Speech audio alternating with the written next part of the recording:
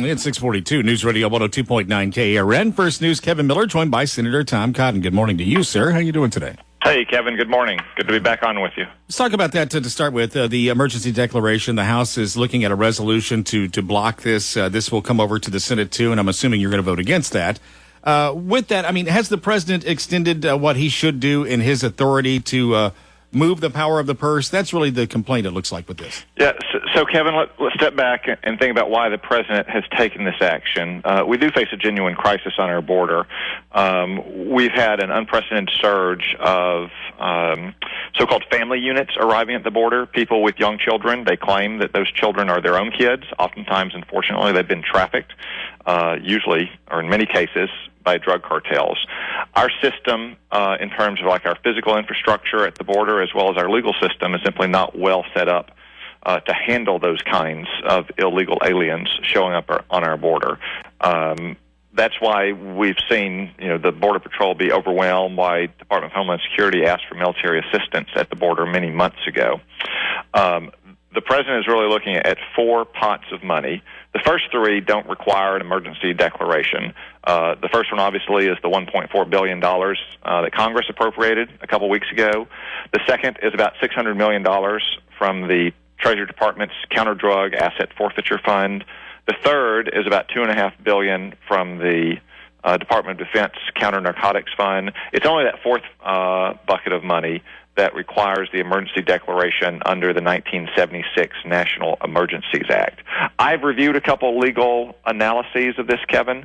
It seems to me the president is within the authority delegated to him by Congress in that 1976 law.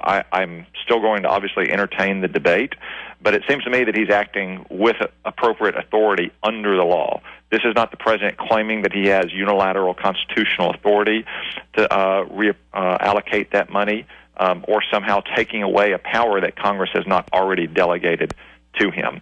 Now, for those who say that we shouldn't delegate that kind of power to any president and that Congress should take back some of the power that we have given up to the executive branch over the years, I'm perfectly willing to entertain that debate.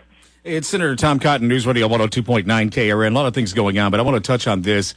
It's a bill that you're introducing, a mandatory national E-Verify bill. What is that bill about? What's it do? Kevin, E-Verify is designed to turn off the jobs magnet for illegal aliens.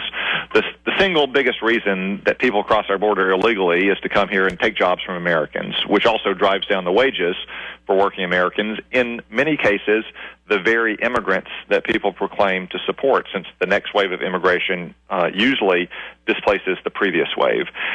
E-Verify, or the electronic verification system of one's right to work in the United States, goes back a little over 20 years.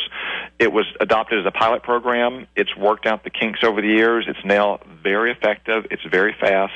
It's very accurate. My bill would simply say all employers have to use this electronic system that will replace the cumbersome paper-based system that everyone out there that's listening to us has used before. On the first day of work, you got to bring in your driver's license, you got to bring in the concealed carry permit, you got to bring in a passport to demonstrate your legal right to work in the country. That would all be overtaken by a very simple, very fast, very efficient electronic system, which would ensure that people who have a legal right to work here, whether you were born and raised in Arkansas or whether you just got your green card yesterday, are waved through to work. But if you're an illegal alien, you would not be able to work. Very good. Senator Tom Cotton, it's good to talk to you this morning. Thanks so much for your time. Always good. All right. Thank you.